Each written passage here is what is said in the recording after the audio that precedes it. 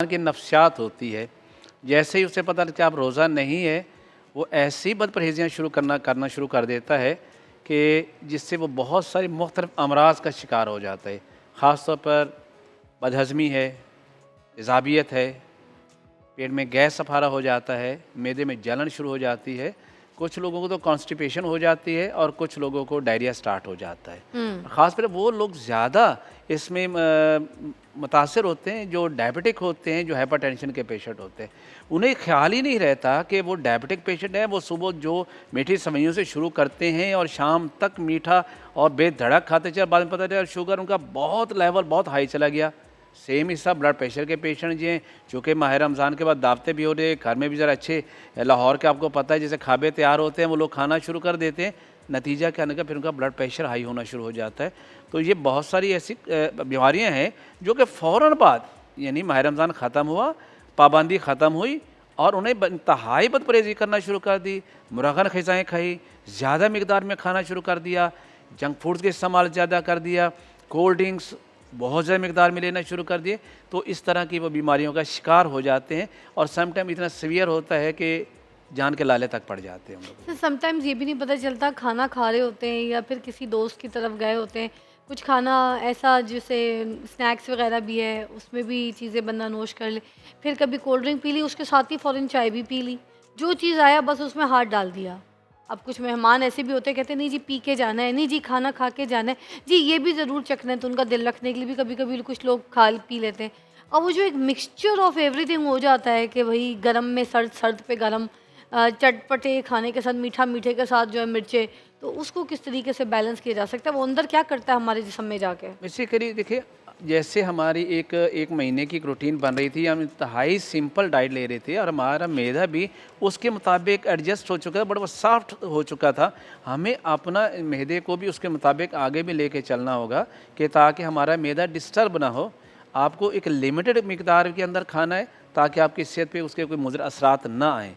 इस तरह की जब चीज़ें खाएँगे तो मैदा खुद परेशान हो सर जाएगा कि मैदा मुझे जो क्या परेशान होता है अंदर जाके, क्या होता है मैदे का, वो क्या बेचारा फीलिंग खुद क्या होती परेशान हो है? जाता है। मैंने क्या किसको हज़म करना है, किसको छोड़ना है। और देखिए, एक खाने से दूसरे खाने के में एटलीस्ट जब वक्फ़ा होता है 6 घंटे का होना चाहिए। हम तो उसे 6 मिनट का नहीं वक्फ़ा दे रहे होते। हाँ, हाँ। तो नतीजा क्या होता है, फिर हमें बहुत सारे मैदे और आंतों के अमराज जो है वो लाक होना शुरू हो जाते हैं। अच्छा, तो अब हम अपने मैदे का ख़्याल कैसे करें? अब ये किस तरीके से, कौन-सी डाइट और मतलब एकदम से वो जो 3 खाने का टाइम है एटलीस्ट, उन पे बैलेंस कैसे वापस आ सके, नाश्ता, दिन और शाम फिर रात? इसमें यही है कि जैसे कि आपको पता ही है कि हमारा मैदा जो है, चूँकि ऑलरेडी बहुत ही एक माह की उसकी रूटीन हो चुकी थी और वो बड़ा कम मिकदार में खाना हज़म करने का आदी हो चुका है, तो तब भी हमें उसी रूटीन से थोड़ा-थोड़ा अपने मैदे को जो है उसको फ़ीड करना चाहिए। सुबह हल्की सी खाना ले लें, दोपहर को और रात को, ताकि हमारे मैदे पर सर बोझ हल्की ना कौन पड़े। सी, टिश्यू तल के खा लें? जी? सर हल्की कौन सी, टिश्यू तल के खा लें? ज़रा आप ले सकते हैं, ऐसा कोई मसला नहीं है। टिश्यू तल के खा नहीं, सक टिश्यू की बात नहीं, सॉरी, नहीं। मुझे आपकी बात को समझ नहीं रही। सर टिश्यू आपने तो मेरी टिश्यू जुगत फीकी कर दी। मैं यही पूछी थी मतलब क्या हल्की-फुल्की ग़िज़ा टिश्यू तल के खा हल्की-फुल्की ये कि लेंगे? सुबह जैसे हमारे यहाँ, तो मैं एज़ ए हकीम मैं तो ये कहता हूँ, आप सुबह के टाइम ये आप रोटी ले सकते हैं हल्की-फुल्की, उसमें अगर लगाना है थोड़ा-सा ऑयल लगा लें, या हमारे यहाँ तो ज़्यादा चलते हैं किशमिश और बादाम वगैरह से सुबह नाश्ते एनर्जेटिक भी हो, आपको एनर्जी भी पूरी मिले, कैलोरीज भी पूरी मिले और आपके मैदे में बोझ भी ज़्यादा ना सर हो। ओट्स वग़ैरह?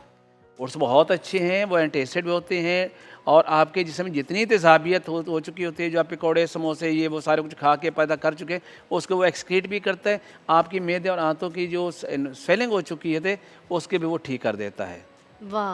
और उसमें हम ये बादाम, अखरोट, मेवा, अभी जैसे गर्मी है, तो कोई ऐसे मेवा जात जो बहुत गर्म हो, जिनकी तासीर ये गर्म एक हो, जस्ट गर्मियों के लिए कोई ये एक मना मि है तो वो भी ये एक बता दें? मिथ है जी, ये गर्म है, ये ठंडा है, सच नहीं। बेसिकली गर्म से मतलब क्या है, उसके अंदर हाई कैलोरीज होती हैं बस, अच्छा। एनर्जी ज़्यादा होती है, हम उसको कहते हैं गर्म है, ऐसा कुछ नहीं होता।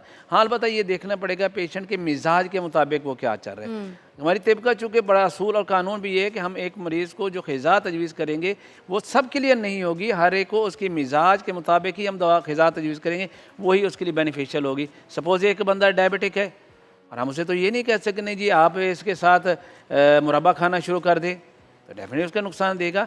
और ब्लड प्रेशर का पेशेंट है, हम उन्हें कह दें नहीं आपने काजू खाना शुरू कर दें, तो वो भी उसके लिए ठीक नहीं होगा। हर मरीज़, हर इंसान की जो डाइट है उसके मिजाज के मुताबिक हम जब उनको तजवीज़ करेंगे तो वही बेहतर रहेगा उनके लिए। सर चिया सीड्स मैंने सुना है बड़ा कारआमद होता है, क्या बिल्कुल ये? चिया सीड बहुत है, अच्छा है, लेकिन हमारे हमारे यहाँ इससे बेहतर तो तुख़्म रेहान था जिसे हम चमचम भी कहते हैं, वो बहुत अच्छा बेनिफिशियल था, उसके बड़े अच्छे रिजल्ट भी थे। मैदे के लिए भी? ये मैदे के लिए स्पेशली उन लोगों के लिए जिनके मैदे में ऑलरेडी तेज़ाबियत है, एसिड मकदार से ज़्यादा बन रहा था, तो उसको न्यूट्रलाइज करने के। लेकिन जिनका एसिड पहले ही कम है, आप उसे चिया सीड दे दें या तुख़्म रेहान देंगे तो फर्दर वो एसिड को कम कर देगा। और आपको पता है कि एसिड की कमी की वजह से बहुत सारे अमराज पैदा होते हैं। अच्छा, तो ऐसे नहीं खाना चिया सीड, जो हर कोई दुनिया लगी हुई है चिया सीड पे। जी। It's not recommended for everyone. Yes, ये क्या कह दिया आपने आज? बिल्कुल एग्जैक्टली ये तो पूरा ऐसे ही। सोशल मीडिया चिया सीड के ऊपर पागल है। सारे के सारे चिया सीड पे जिंदा है, या सारे के सारे चिया सीड पे ही मर रहे हैं।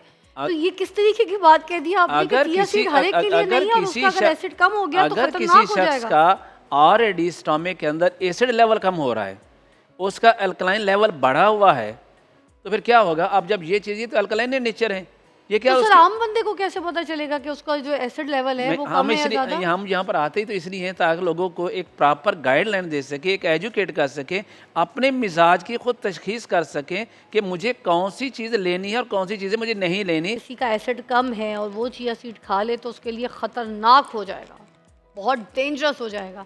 तो ये हमें कैसे पता चलेगा कि हमारा एसिड बॉडी का कम है और हम चिया सीड नहीं खा सकते? क्योंकि हम तो सारे बस जो रील देखते हैं, जो सोशल मीडिया देखते हैं, हम तो उसको देख के खाने पे शुरू हो जाते हैं। हम गूगल करते हैं, उसकी इफादियत का पता करते हैं, उसके बाद कहते हैं ओह इसके ये फ़ायदे हैं, चलो खाओ। मगर वो आपके लिए फ़ायदेमंद है कि नहीं है? इन्होंने कहा है कि एसिड कम वाला बंदा नहीं खा सकता। ऐसे प्लीज़ बिल्कुल एक्सप्लेन, ऐसे। अगर मैं चिया सीड खाना चाहती हूँ तो मुझे कैसे पता चलेगा मेरा एसिड कम है ज़्यादा है? उसके लिए कुछ पैरामीटर्स होते हैं जो मैं आपको थोड़ा सा एक्सप्लेन कर देता हूँ। तिब के मुताबिक वो लोग जिनका एसिड लेवल कम है, स्टमक में एसिड लेवल कम है, तो क्या होगा? ऐसे लोगों को सबसे पहले हम उसकी ज़बान को देखेंगे, तो ऐसे लोगों की ज़बान के ऊपर सफ़ेद रंग की फर होगी और बिल्कुल वाइट होगी, जो बता रहेगा ये इंडाइजेशन का पेशेंट ऑलरेडी है। हाँ यस, आपका वो नहीं है, आपके बहुत ज़्यादा सफ़रा बढ़ चुका है, गर्मी बहुत ज़्यादा बढ़ चुकी है, जैसे आपकी ज़बान बहुत ज़्यादा रेड एंड पिंक है, तो ये बता रही है कि आपके लिए चिया सीड बहुत सूटेबल है। मुझे सही है? यस, आपके लिए ठीक है रहेगा। तो यहाँ पर ये सुनिए, लेकिन ये मतलब जिनकी ज़बान सफ़ेद है और हल्का सा ज़बान पे जाला बना हुआ है, जी exactly, they can not have, उनका एसिड लेवल इसका मतलब बढ़ा हुआ है। उनका acid level alkaline in nature है, उनका कम एसिड कम लेवल है? कम है। अच्छा कम है, कम और है। जिन सुने और फिर गौर से सुन लें, आप दोबारा बोलिएगा। वो लोग जिनकी ज़बान वाइट है, उसमें एक फारसी जमी हुई है, वो उनको इंडाइजेशन का प्रॉब्लम है, खाना खाते हैं पेट में जो है वो भारीपन होता है, फ़ौरन अफारा होना शुरू हो जाता है, ऐसे लोगों का बीपी लो रह रहा होता है, ऐसे लोगों को यूरिन वाइट इन कलर जैसे होता है किसी ने ओवर हाइड्रेट कर लिया, अपने आप को ज़्यादा पानी पिया और उनका यूरिन बार वाइट इन कलर आ रहा है और लार्ज क्वांटिटी आ रहा है। जिन लोगों में ये सिम्टम आ रहे हैं, ऐसे लोगों को चिया सीड कभी भी सूट नहीं करेगा।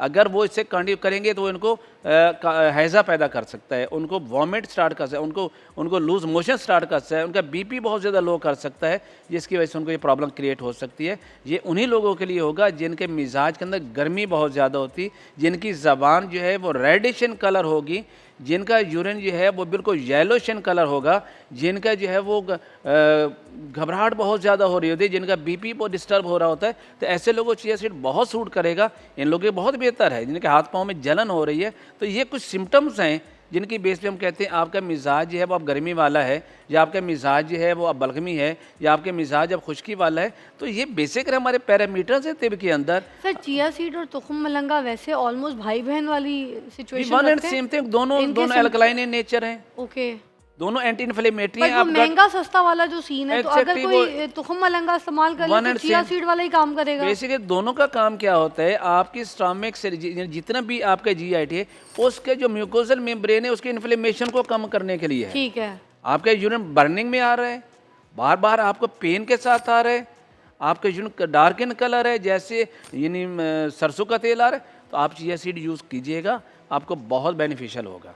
सर ये जो फ्लैक्सीड है इसके बारे में भी बता दें। फ्लैक्सीड भी उन लोगों के लिए बहुत अच्छा है जिनके मिजाज के अंदर खुश्की बहुत ज़्यादा है, जो बहुत ज़्यादा ऐसे फ्राइड चीज़ों के इस्तेमाल करते हैं, जो बहुत ज़्यादा गोश्त के इस्तेमाल करते हैं, जो जंक फूड्स का बहुत ज़्यादा इस्तेमाल करते हैं, जिनके अंदर बहुत ज़्यादा एसिड बढ़ा हुआ है। जब एसिड बढ़ जाता है तो उनके जिस्म के अंदर हरारत की कमी होकर बाइल की प्रोडक्शन कम हो जाती है।